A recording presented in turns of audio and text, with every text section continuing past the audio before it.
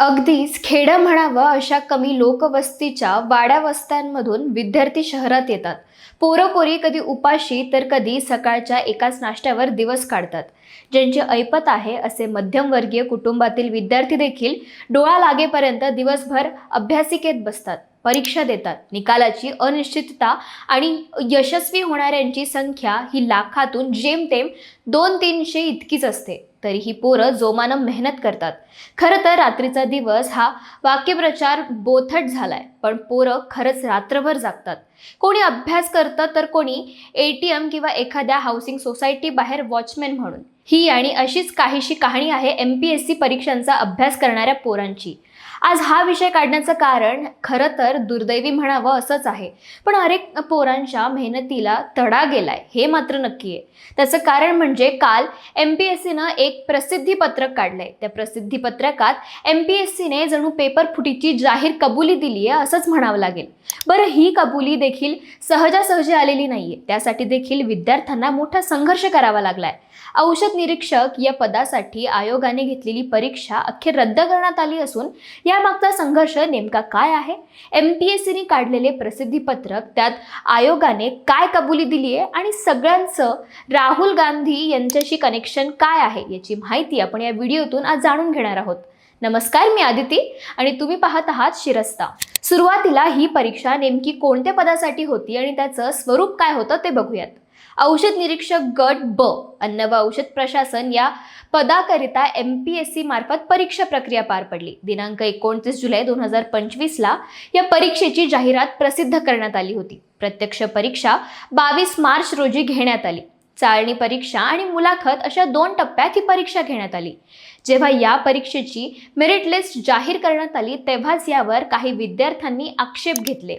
आयोगाकडे तक्रार देखील केली, मात्र असा कोणताच गैरप्रकार घडला नसल्याने सुरुवातीला आयोगाने स्पष्ट केलं. ज्यांनी यासंबंधी तक्रार दाखल केली होती त्यातील एकाने तक्रार मागे देखील घेतली. राष्ट्रवादी काँग्रेस शरदचंद्र पवार पक्षाचे नेते रोहित पवार यांनी या मुद्द्यावरून सरकारवर आरोप केले. विद्यार्थ्यांची चर्चा केली. त्यासंबंधी पत्रकार परिषद घेऊन वेळोवेळी भूमिका स्पष्ट केली. विद्यार्थ्यांनी डिजिटल पुरावे मीडियासमोर आणले.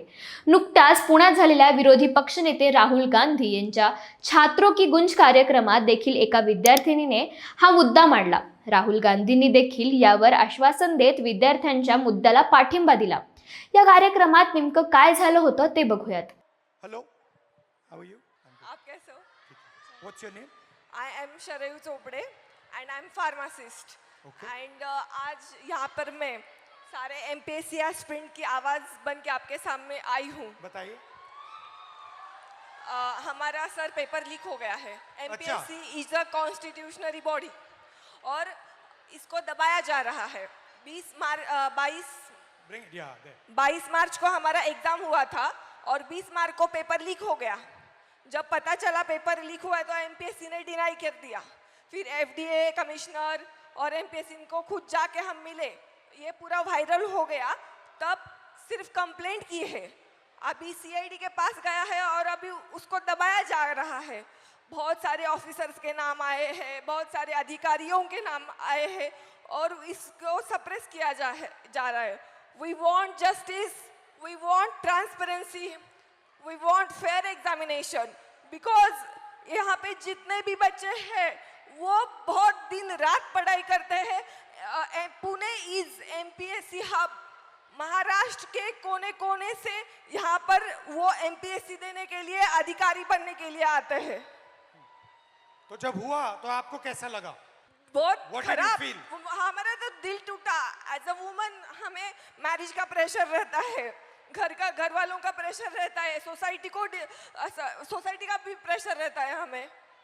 और जब पेपर लीक होता है तो लड़कियों पर असर अलग होता है, पुरुषों पर अलग होता है, क्योंकि आपकी डेडलाइन होती है, उनकी डेडलाइन नहीं होती है. हमारा तो पूरा करियर खत्म होने के चांसेस रहते हैं 100%. सर, ये पेपर लीक कितने हो क्यों रहे हैं?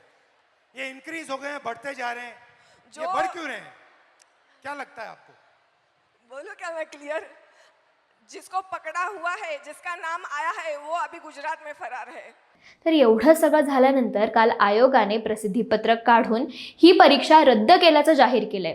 हे जाहीर करताना आयोगाने प्रसिद्धीपत्रकात म्हणलंय की काही उमेदवारांमार्फत तसेच लोकप्रतिनिधींकडून ईमेलद्वारे तक्रारी प्राप्त झाल्या होत्या. या तक्रारींची चौकशी करण्यासाठी आयोगाने मुंबई पोलीस आयुक्तांकडे तक्रार दाखल करण्यात आली होती. त्यानंतर पोलीस उपायुक्त, पोलीस आयुक्त कार्यालय मुंबई यांनी प्राथमिक चौकशी अहवाल सादर केला. त्या अहवालानुसार एका उमेदवारास प्रश्नसंच मिळाल्याचे आणि त्याचा लाभ झाल्याचे चौकशीत दिसून आले असं MPSCचं म्हणणं आहे. त्यामुळे ही भरती प्रक्रिया रद्द करून यासंबंधी फेर परीक्षा आयोजित करण्यात येणार असल्याचं प्रसिद्धीपत्रकात नमूद करण्यात आलंय. आता हे झालं आयोगाचं स्पष्टीकरण. मात्र यातून एका प्रकारे पेपर फुटीची कबुली देण्यात आली आहे. गेली अनेक वर्षे MPSC परीक्षांची तयारी करणारे विद्यार्थी कोणत्या ना कोणत्या कारणांसाठी आंदोलने करत असतात. या आंदोलनातील काही प्रमुख मागण्यांपैकी या विद्यार्थ्यांची एक मागणी ही होती की वर्ग 3च्या परीक्षा देखील MPSC मार्फत घेतल्या जाव्या. कारण काय तर गैरप्रकार कमी होतील आणि योग्य उमेदवारीची निवड होईल. पण या मागणीला देखील या प्रसिद्धीपत्रकातून तडा गेलाय. कारण MPSCचा पेपर कधी नव्हे तो लीक झालाय. आयोगाने नमूद केलंय की एकाच उमेदवारास प्रश्नसंच मिळालाय आणि त्याचा लाभ देखील झालाय. पण हा उमेदवार कोण आहे आणि लाभ झालाय म्हणजे नक्की काय झालंय अजून स्पष्ट केलं गेलं नाहीये. संबंधित उमेदवार अंतिम गुणवत्ता यादीत होता की फक्त चाळणी परीक्षा उत्तीर्ण होऊन मुलाखतीसाठी निवड झाली होती याचे कोणतेच स्पष्टीकरण आयोगाने अजून दिलेले नाहीयेत. या संबंधी जेव्हा विद्यार्थ्यांनी तक्रार दाखल केली तेव्हा रोहित पवारांनी गंभीर मुद्दे मांडले होते. तेच मुद्दे राहुल गांधींसमोर एका विद्यार्थिनीने कथन केले. त्यातील महत्त्वाचा मुद्दा म्हणजे रोहित पवारांनी या पेपर फुटीचं बार्शी कनेक्शन समोर आणलं आहे. त्यानुसार बार्शीच्या एका नायब तहसीलदाराची 2 मुले या परीक्षेत उत्तीर्ण झाल्याचं दाखवून दिलं होतं. या नायब तहसीलदाराचा एक मुलगा आणि एक मुलगी असे दोघे अनुक्रमे 13 आणि 16 रँक घेऊन पास झाले होते. मात्र इतर परीक्षांमध्ये त्यांची कामगिरी अगदीच किरकोळ स्वरूपाची होती. या आरोपांमुळे देखील हा मुद्दा अधिकच चर्चेत आला होता. एक पेपर साधारण 12 लाखांना विकला गेल्याचे आरोप झाले होते. यावर भाजपचे औसा मतदारसंघाचे आमदार अभिमन्यू पवार यांनी देखील MPSCच्या कार्यपद्धतीवर प्रश्नचिन्ह उपस्थित केले असून मुख्यमंत्र्यांकडे उच्चस्तरीय चौकशीची मागणी करणार असल्याचं सांगितलं गेलंय. हे सगळं खरं असलं तरी विद्यार्थ्यांच्या सातत्यपूर्ण संघर्षामुळे ही परीक्षा अखेर रद्द करण्यात आली आहे. मात्र या अनुषंगाने काही गंभीर प्रश्न उपस्थित होत आहेत. कधी नव्हे तो MPSC या घटनात्मक संस्थेमध्ये असा गैरप्रकार झालाय.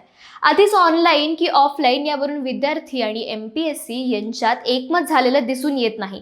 त्यात ही घटना उघडकीस आली आहे. त्यामुळे पारदर्शक रीतीनं परीक्षा पद्धती पार पाडण्यासाठी कारवाई काय होणार हे देखील तितकंच आता महत्त्वाचं ठरणार आहे.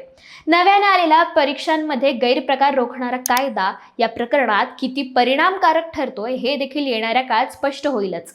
सध्या तरी विद्यार्थ्यांच्या संघर्षाला यश आलं असलं तरी हा संघर्ष कधी थांबणार हा प्रश्न मात्र अनउत्तरितच आहे. याबद्दल तुम्हाला काय वाटतं आम्हाला कमेंट करून नक्की कळवा. आणि अशाच माहितीपूर्ण व्हिडिओसाठी शिरस्तला सबस्क्राईब आणि फॉलो करायला विसरू नका.